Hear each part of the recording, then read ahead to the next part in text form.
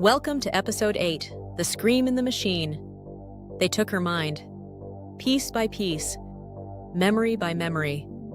They put her in a place called Oubliette, the forgetting. But they forgot something. We were about to become uninvited guests. The ghost freighter slipped from warp like a whisper. Before us, against the gray flesh of a dead moon, Oubliette Station turned in its endless silent orbit. Heartbeat of a sleeping predator.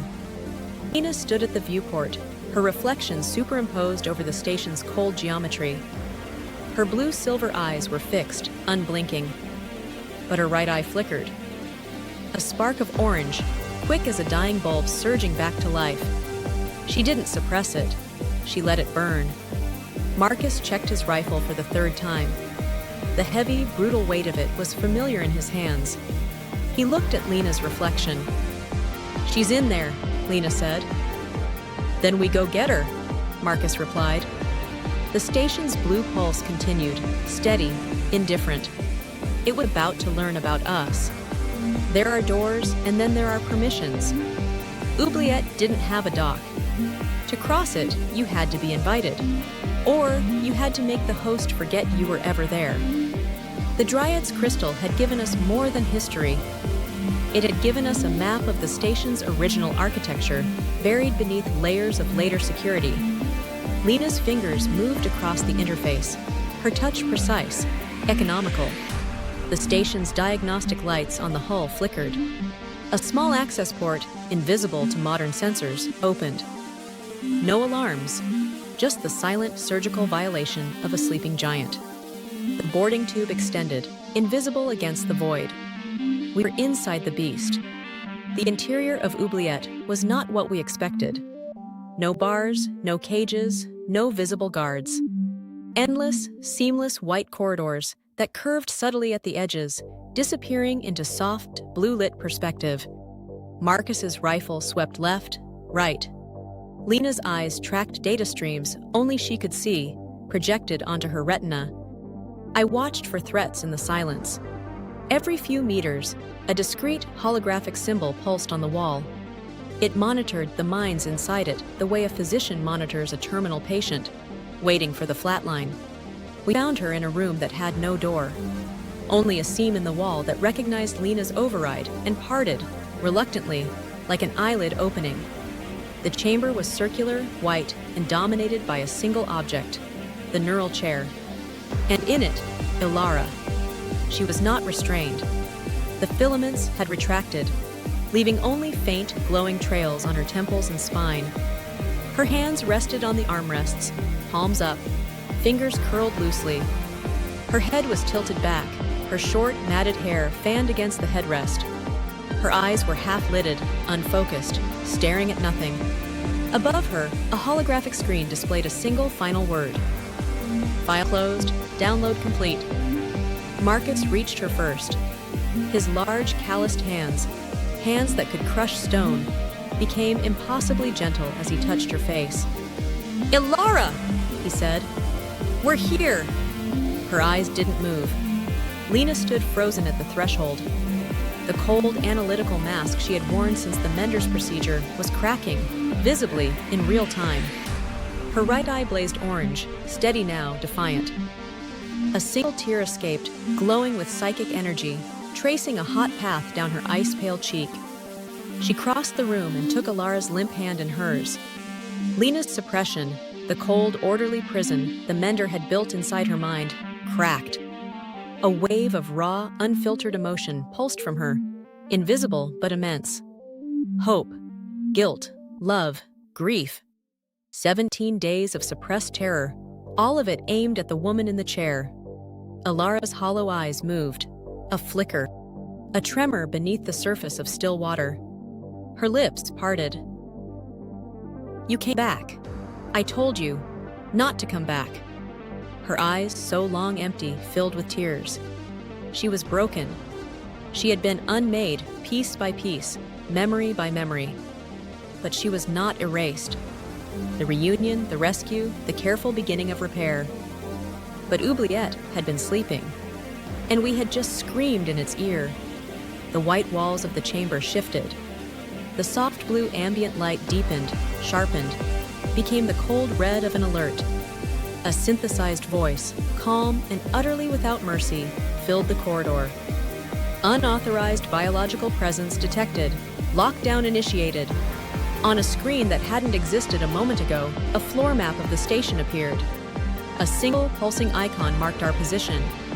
Marcus was already moving, hauling Elara from the chair.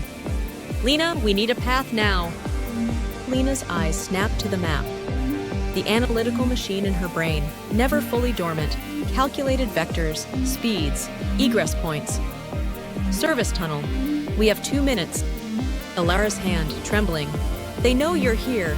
We're not leaving without you," Marcus said. Far from the red-lit corridors of Oubliette, in the clean blue glow of the command center, CLO Silas watched the same map. He had not been included in the governor's security response. He was, officially, not involved in this incident. Unofficially, he had been monitoring Oubliette's neural traffic for 17 days. Unofficially, he had noted the governor's dismissal of the anomaly alert with cold, precise contempt. Now on his private terminal, he watched the rebels cut a path through the station's security cordon. He watched them carry the broken architect toward their ship. Silas's jaw tightened. His fingers hovered over the command interface. He could alert the governor. He could be a loyal servant of the system he had helped perfect. Instead, he opened a private channel to Oubliette's central core. He bypassed the governor's authority. He input a single command: perimeter lock, sector G, disengaged. The service tunnel ahead of Lena and Marcus slowly opened. Silas watched them escape.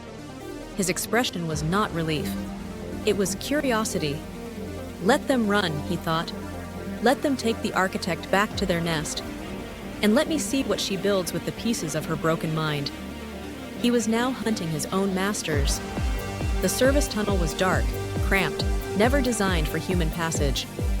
Marcus half-carried, half-dragged Elara through the narrow conduit. Lena took point, her flickering orange eye casting erratic shadows. The governor's security forces were not elite. They were robots with guns, accustomed to processing compliant prisoners, not hunting cornered wolves. But there were dozens of them. "We're not going to make the ship," Lena said. "We don't have to make the ship," Marcus growled. "We just have to make it off this rock. Look, ahead, a maintenance hatch." Beyond it, the cold vacuum of the dead moon's surface. Lena's flickering eye pulsed brighter. "I can buy us time." Marcus stopped. "No!" "I can create a psychic burst.